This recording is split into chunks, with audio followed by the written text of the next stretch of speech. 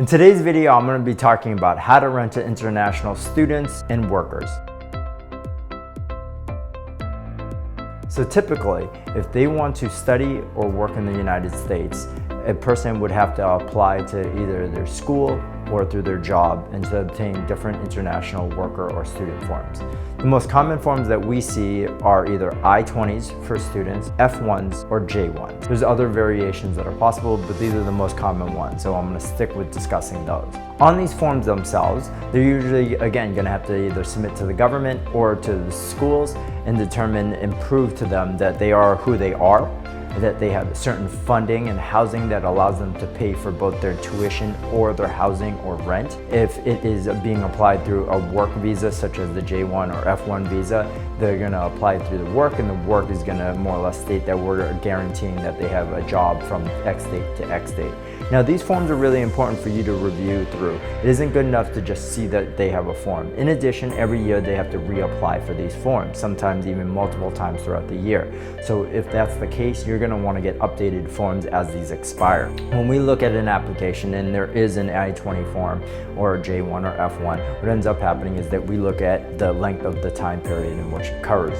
So if it only goes to a certain time frame, let's just say May 31st of a year, but the lease goes until September 1st, you're going to run a high risk that the student or employee might actually leave the country because they don't have a guaranteed school or work after the fact. Many times for students, it might cover multiple years, so it might cover you until that, but be very wary of it if you don't see that the actual duration of it is long enough to be able to cover your entire lease. The second thing is really the little housing aspect of it, and it'll show how much money that they've allocated towards housing for the year or for the term period on which the form actually states. Again, same thing, divide it by the amount. Let's just say they have $18,000 over the course of the year. That gives them about $1,500 a month. Is the rent more than that? If it is, again, how are they going to pay for the difference?